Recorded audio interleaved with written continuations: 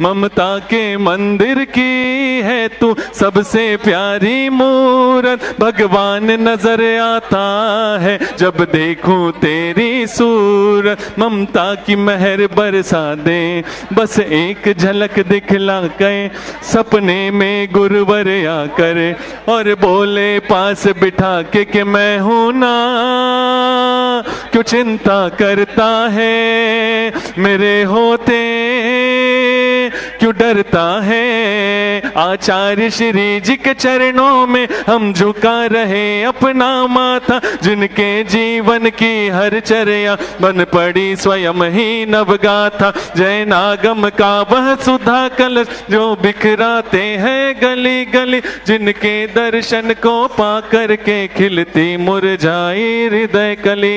ओम ह्रीम सी 108 आचार्य विद्यासागर मुनिंद्र अत्र अवतर अवतर संभो सठावानन। जय हो जय हो जय हो। अत्र तिष्ठ स्थापनम। जय हो जय हो जय हो। अत्र मम सन्नितो भव भव सठ सन्निधि करणम। जय हो जय हो जय हो। परिपुष्पांजलिम। सांसारिक विषयों में पढ़कर मैंने अपने को भरमाया, इस राग द्वेष की वैतरणी से अब तक पार नहीं पाया। तब विद्या सिंधु के जलकण से भव कालुष धोने आया हूँ, आना जाना मिट जाए मेरा यह बंध काटने आया हूँ। ओम ह्रीम सी 108 आचार्य विद्यासागर मुनिंद्राय जन्म जरा मृत्यु विनाशनाय जलम निर्पामिति। क्रोध अनल में जल जल कर अपना सर्वस्व लुटाया है, निज शांत स्वरूप न जान सका जीवन भर इसे भुलाया है। चंदन सम शीतलता पाने अब शरण आपकी आया हूँ, संसार ताप मिट जाए मेरा चंदन बंधन को लाया हूँ। ओम ह्रीम सी 108 आचार्य विद्यासागर मुनिंद्राय संसार ताप विनाशनाय चंदनम निर्पामिति। जड़ को ना मैंने जड़ समझा, नहीं अक्षय निधि को पहचाना, अपने तो केवल सपने थे भ्रम और जगत का भटकाना। चरणों में अर्पित अक्षत है अक्षय पद मुझको मिल जावे, तब ज्ञान अरुण की किरणों से यह हृदय कमल भी खिल जावे। ओम ह्रीम सी 108 आचार्य विद्यासागर मुनिंद्राय अक्षय पर प्राप्ताय अक्षतान निर्पामिति। इन विषय भोग की मदिरा पी मैं बना सदा से मत वाला, कृष्णा को तृप्त करे जितनी उतनी बढ़ती इच्छा ज्वाला। मैं काम भाव विध्वंस हेत मन सुमन चढ़ाने आया हूँ, यह मदन विजेता बन न सके यह भाव हृदय में लाया हूँ। ओम ह्रीम सी 108 आचार्य विद्यासागर मुनिंद्राय कामवाण विध्वंसनाय पुष्पम निर्पामिति। स्वाहा।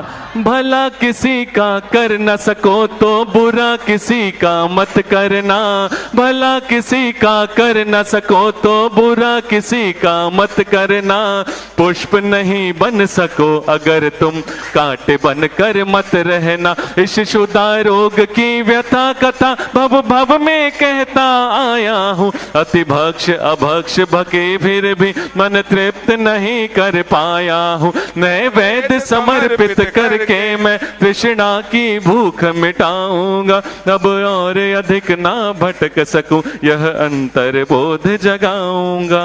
ओम ह्रीम सी 108 आचार्य विद्यासागर मुनिंद्राय क्षुधा रोग विनाशनाय नैवेद्यम निर्पामिति। स्वाहा। मोहांधकार से व्याकुल हो निज को नहीं मैंने पहचाना, मैं राग द्वेष में लिप्त रहा इस हाथ रहा बस पछताना। यह दीप समर्पित है गुरुवर मेरा तम दूर भगा देना, तुम ज्ञान दीप की बाती से मम अंतर दीप जला देना। ओम ह्रीम सी 108 आचार्य विद्यासागर मुनिंद्राय महामोहांधकार विनाशनाय दीपम निर्पामिति। स्वाहा। इन अशुभ कर्म ने घेरा है मैंने अब तक यह माना था, बस पाप कर्म तज पुण्य कर्म को चाह रहा अपनाना था। शुभ अशुभ कर्म सब रिपुदल है मैं इन्हें जलाने आया हूँ, इसलिए आपके चरणों में यह धूप चढ़ाने आया हूँ। ओम ह्रीम श्री 108 आचार्य विद्यासागर मुनिंद्राय अष्टकम दहनाय धूपम निर्पामिति। स्वाहा। भोगों को इतना भोगा कि खुद को ही भोग बना डाला, साध्य और साधक का अंतर मैंने आज मिटा डाला। मैं चिदानंद में लीन रहूं, पूजा का यह फल पाना है, पाना था जिसके द्वारा वह मिल बैठा मुझे ठिकाना है। ओम ह्रीम श्री 108 आचार्य विद्यासागर मुनिंद्राय महामोक्ष प्राप्ताय फलम निर्पामिति। जग के वैभव को पाकर मैं निश दिन कैसा अलमस्त रहा, चारों गतियों की ठोकर को खाने में ही अभ्यस्त रहा। मैं हूँ स्वतंत्र ज्ञाता दृष्टा, मेरा पर से क्या नाता है, कैसे अनर्ग पद पा जाऊं यह अरुण भावना भाता है। ओम ह्रीम श्री 108 आचार्य विद्यासागर मुनिंद्राय अनर्पर प्राप्ताय अर्घम निर्पामिति। भावों की निर्मल सरिता में अवगाहन करने आया हूँ, सबका सारा दुख दर्द हरो यह अर्घ भेंटने आया हूँ। हे तपो मूर्ति हे आराधक, हे योगीश्वर हे महासन, है अरुण कामना देख सके युग युग तक आगामी वसन। ओम ह्रीम श्री 108 आचार्य विद्यासागर मुनिंद्राय जय माला पूर्णार्घम निर्पामिति स्वाहा। नमोस्तु नमोस्तु नमोस्तु। ओम नमः सिद्धेभ्यः। ओम नमः सिद्धेभ्यः। ओम नमः सिद्धेभ्यः।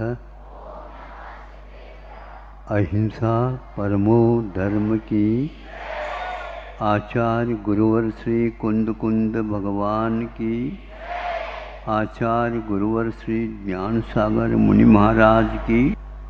छाया के बाद धूप और धूप के बाद छाया, रात के बाद दिन, दिन के बाद रात, सुख के बाद दुख और दुख के बाद मिले ये नेम नहीं। यह ब्रेक भी लगाया जा सकता है कि सुख के बाद दुख मिले, ये नियम नहीं। जिनको जिस भाव से मुक्त होना है वह अभी वर्तमान में भी सुखी है और अंत में दुख को मिटा करके महापुरुष इस सुख और दुख की परंपरा से डरते नहीं, क्योंकि इसमें हम एक ऐसा उपाय भी सोच सकते हैं, दोनों का अभाव एक साथ हो सकता है। और इसी एक श्रद्धान के साथ वे लोग आने वाले एक प्रकार से दुख से डरते नहीं, और सुख जो आता है उसमें वे रुचि भी नहीं लेते, क्योंकि तुलनात्मक जब तक सुख दुख होते हैं उसमें कभी सुख और दुख का अनुभव होता है, किंतु यह नश्वर है, यह कर्म के ऊपर आधारित है और वो कर्म हमने ही किए हैं तो वही रूप में आएगा। भोजन आपने किया किंतु बाद में आधा एक घंटे के बाद डकार आ गई। आप सुन रहे हैं? डकार आ गई तो उस डकार में क्या होता हो बताओ? जो खाया है उसकी ही गंध और रस आदि आएगा। खाओ तो आप महेरी और स्वाद अब आ जाए डकार की, मीठी, हो सकता है। अब जब खाए लिया तो अब मेहर की दिन डकार आ रही है। दुनिया कैसे क्या क्या खा कर के आए, डकार आ रही, आ तो रहे भैया खट्टी।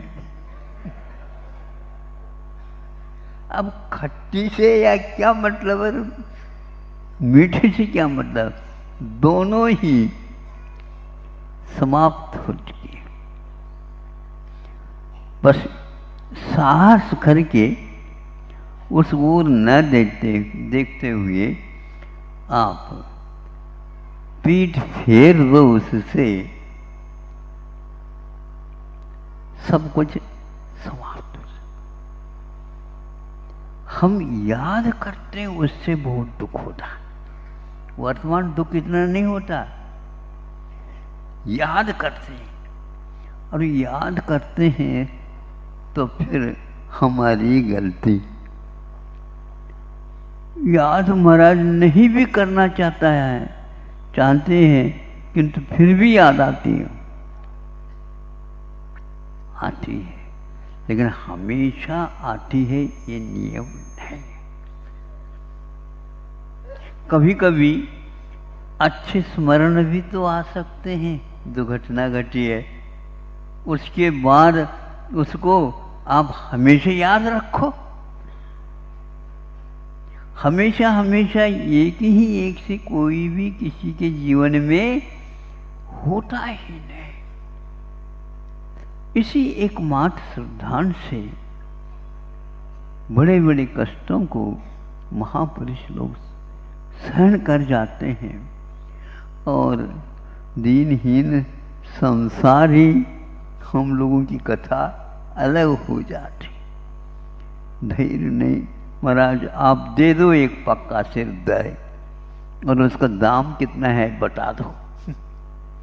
धैर्य की कोई कीमत नहीं होती, और धैर्य के माध्यम से अच्छे अच्छे काम किए जा सकते हैं, और धैर्य रखते हैं तो बुरे काम भी हो जाते हैं। अब आप लोगों को इन दोनों से यदि बचना है, संसार में और कुछ नहीं, केवल बचना चाहे तो बच सकते हैं, नहीं है तो जो पहले किए हैं उसमें हर्ष विषाद किए बिना उस घटना को याद करो, तो कर्मों की निर्जरा जितना चाहो उतना होने लग जाते। होता होगा, क्षणिक था, बुद्धि में बात नहीं आई और ऐसा बुरा कर दिया, किंतु अब याद रखूंगा दोबारा वह ऐसा घटित न हो। तो जो घटित होता है उसका स्मरण में भी जो व्यक्ति साहस के साथ उसमें हर्ष विषाद नहीं करता है, मोक्ष मार्गी कहलाता है। संसारी प्राणी इसको नहीं सीख पा रहा है, इसलिए गुरुदेव हम लोगों के ऊपर दया करके बताते हैं, घबराने की कोई बात नहीं है। यदि विद्यालय में जाने का हमने रास्ता ही खोल दिया तो विद्या अध्ययन करो, लेकिन विद्या अध्ययन करते करते करते अंत में आ गया परीक्षा दो।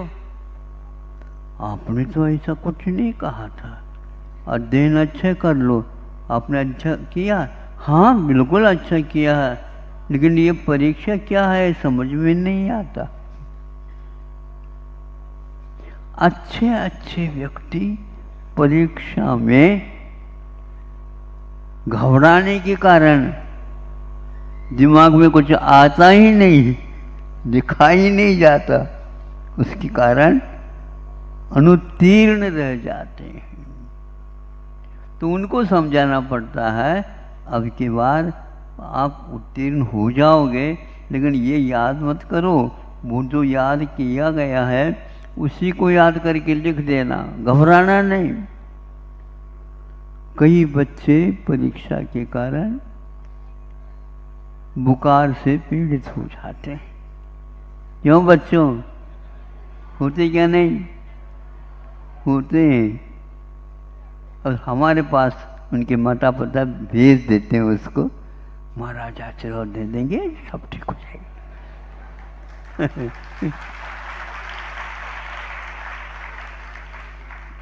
हम पहले अपने आप को संभालते हैं, उस जैसे हार हमारे न हो। क्योंकि है वो एक जादू जैसा है।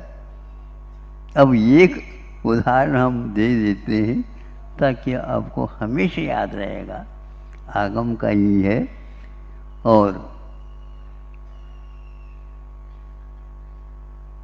चारों तरफ एकांत है, मनुष्य का नामो निशान नहीं है। वन्य पशुओं की आवाज चाहे दिन हो चाहे रात हो, वहाँ पर कोई आने वाला नहीं है। यदि पशुओं को, पक्षियों को डर लगता है तो मनुष्यों से ज्यादा, और वहाँ पर कोई है ही नहीं। और 2 व्यक्ति मात्र वहाँ पर है। परीक्षा की घड़ी है, साहस रखना होगा। लेकिन महाराज धैर्य की बांध टूट रही है, कब तक रखें?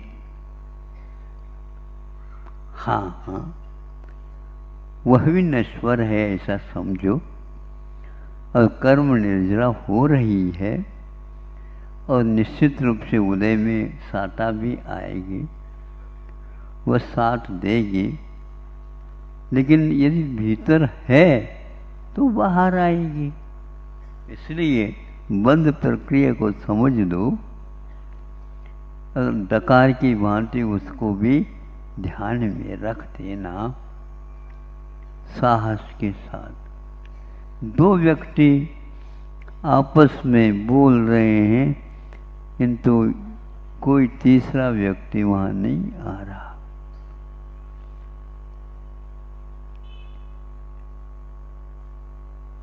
उसी में एक मुनि महाराज का वहां पर दर्शन हो गया। ये पुण्य का उदय है। ऐसे मुनि महाराज जो एक प्रकार से रिद्धिधारी थे,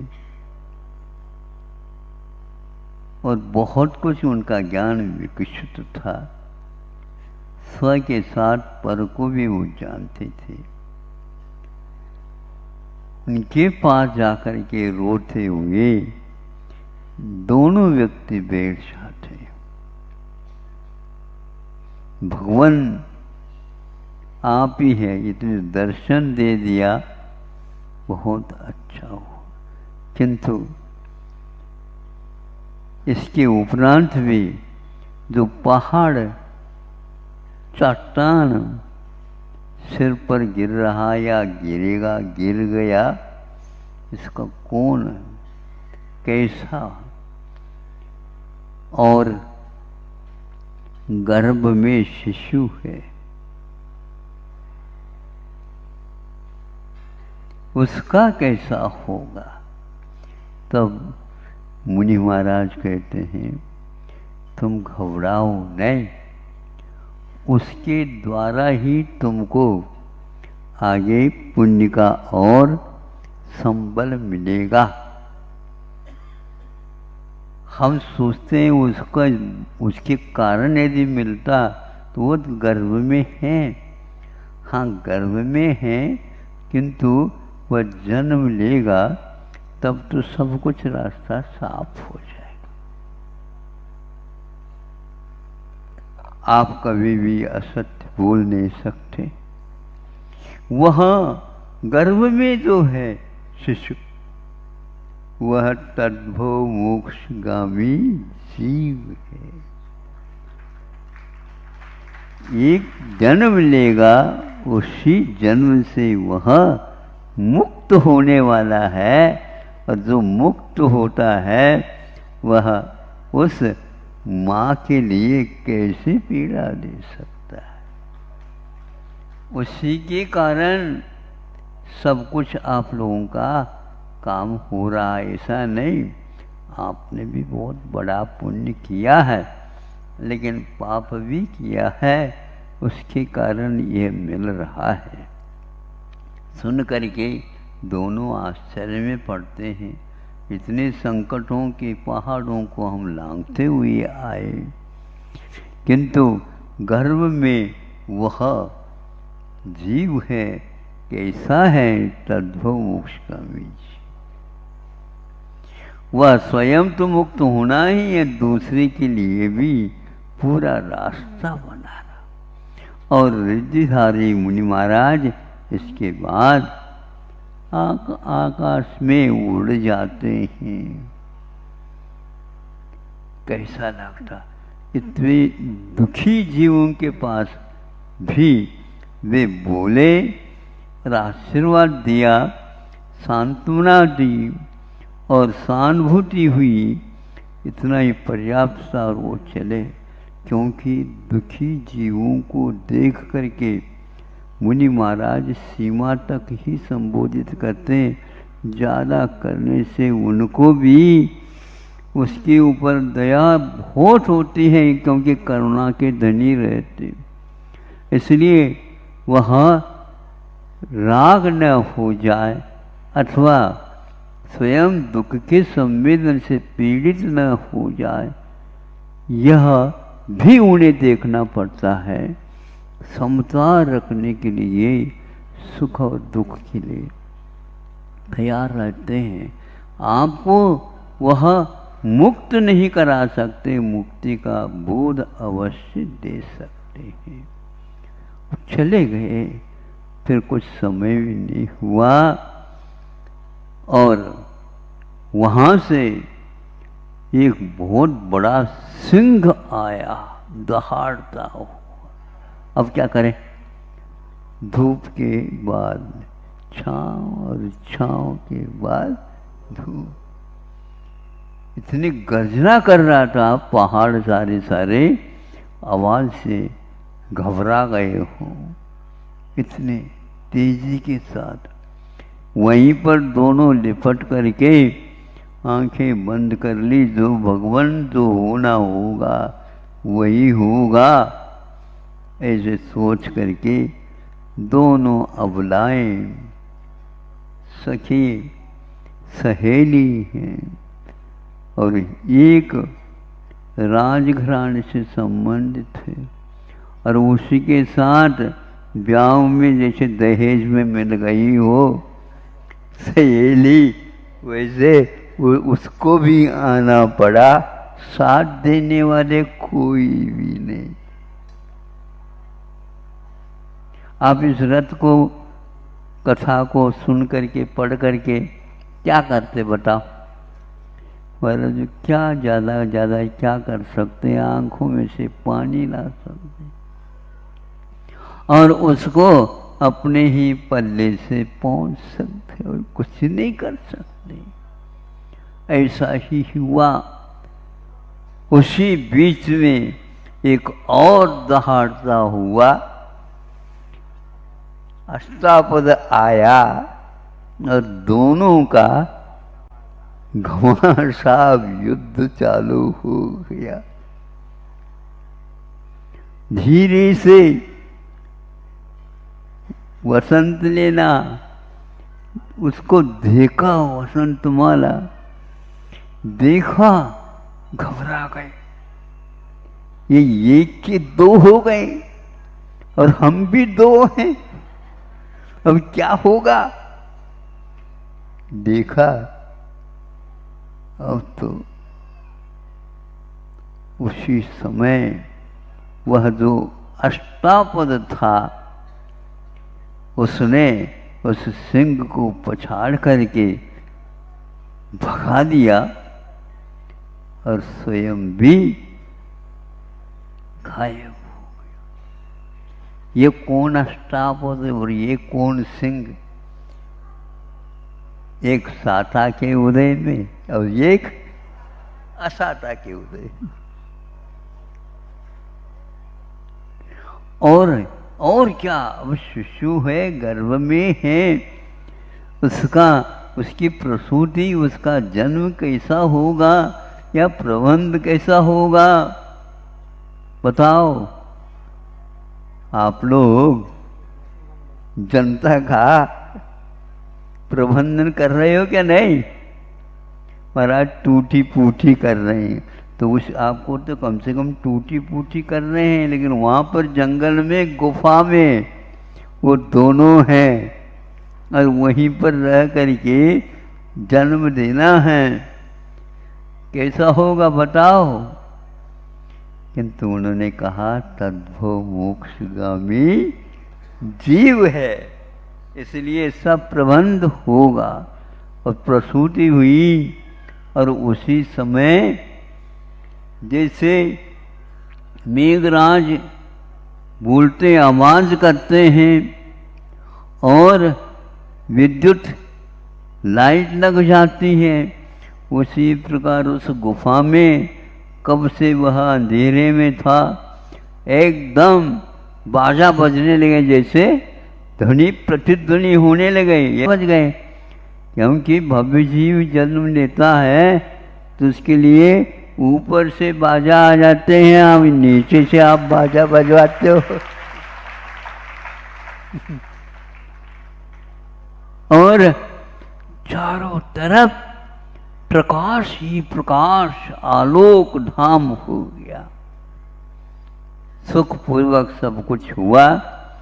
विद्याओं के माध्यम से प्रतिदिन ताज़ा भोजन मिलता था, क्योंकि विद्याधर उनके पास विद्याएं भी थी, सहेले के पास भी थी, उनके पास भी थी। काम हो गया। अब हम पूछना चाहते हैं, महाराज पुत्र रत्न की प्राप्ति हो, ये प्राप्ति हो गई। कोई सुनने वाला नहीं, कोई गीत गाने वाला नहीं, कोई कुछ नहीं। और तद्भव मोक्षगामी जीव है। अनेक जीव भी इससे उद्धार को प्राप्त होंगे, लेकिन आज इनका यह स्वरूप है। फिर इसके उपरांत आगे बढ़ते बढ़ते उनके मामा क्या, भाई और हाँ मामा और उस शिष्य को लेकर के ये पहचान लिया उनके मामू ने। इनको कोई पता है ही नहीं, ये वही है।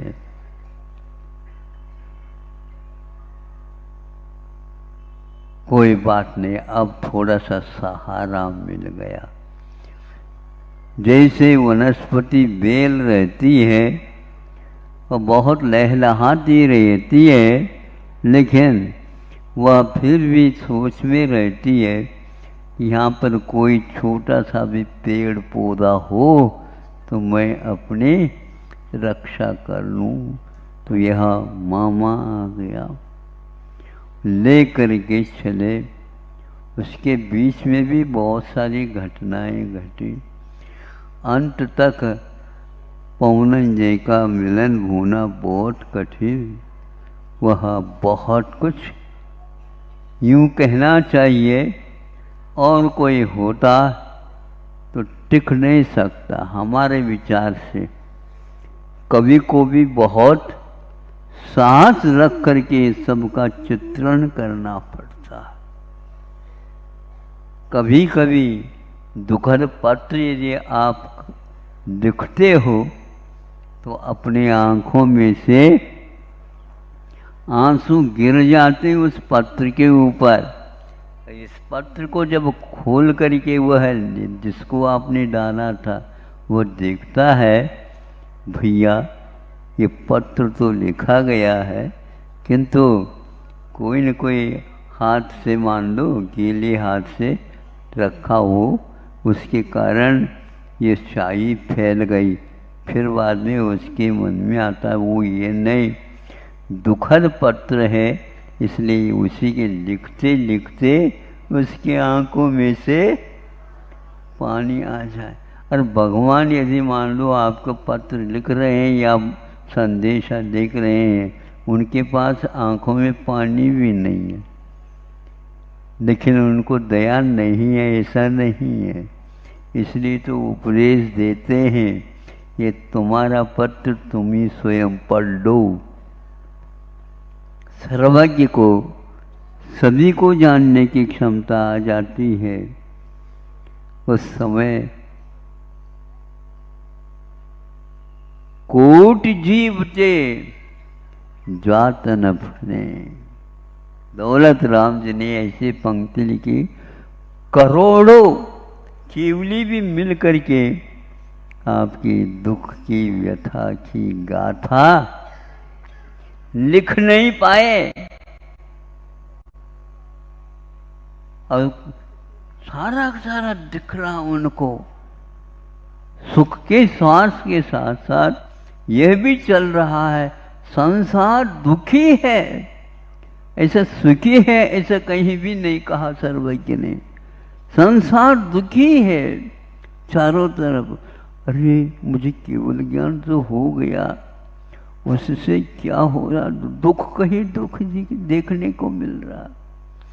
दुखी को देख करके दुखी नहीं होना, यही एकमात्र सर्वज्ञत्व है।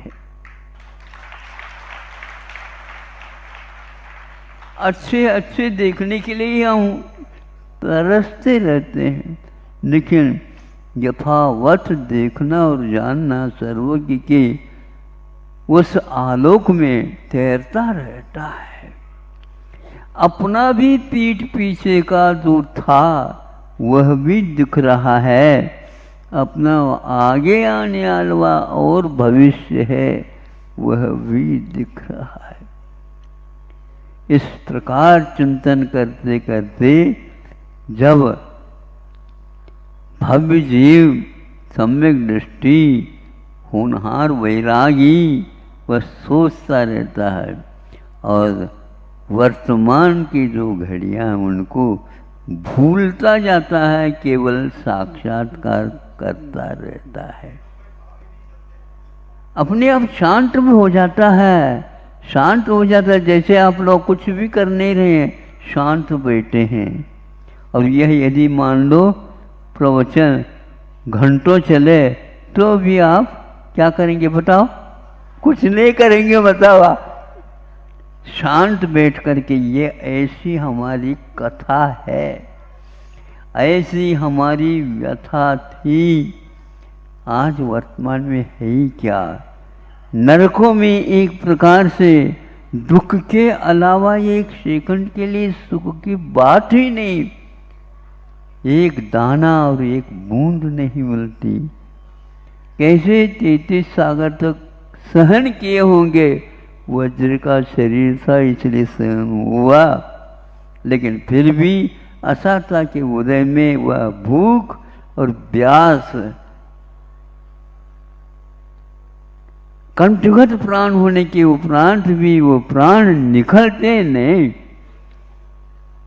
दुख ही दुख, दुख ही दुख। इस प्रकार केवली अपने वर्तमान में कर्म की निर्जरा होने के कारण साता का भी नहीं, वह असाता का भी नहीं, वह मुक्त यदि हुआ है तो वह केवल शांत बैठा रहता है। इसलिए संसार में जो दुख था या सुख था वह नश्वर था, पराया था, और मुक्त अवस्था में क्या है इसको देखने के लिए हमें भी मुक्त ही होना पड़ेगा, तब अनुभव में आएगा। आप चाहते हो तो कहो हाउ कहना भी भूल गए, अच्छी बात है। बस अपने दुख में रोना बंद कर देना। हाँ, पर के दुख में रो जाते हो तो आशीर्वाद है हमारा। पर के दुख को देख करके आप रोते हो तो हमारा आशीर्वाद है। और अपने दुख किसी के सामने नहीं रखना, और छुप करके हमारे सामने रख देना। क्योंकि हमारे लिए आचार्यों ने कहा जो कोई दुखी आता है तो उसको सांत्वना देते देते नहीं भी दे पाओ लेकिन उसको सुनते जाओ, तो उससे उसको भी क्यों क्या ऐसे लग रहा है महाराज, हल्का सा लग रहा है। दूसरी इसलिए दूसरे के दुख को सुनना भी सीखो, अपना अपना ही कथा मत कहो। सुन रहे हो क्या? नहीं? हाँ महाराज, तो एक बार कह दो कि हम अपनी नहीं दूसरे के दुख को आपके सामने रखते हैं और अपने भी रखते हैं। हमें भी ऐसा धैर्य और दे दो भगवान, सबका दुख दूर हो जाए। अहिंसा परमो धर्म।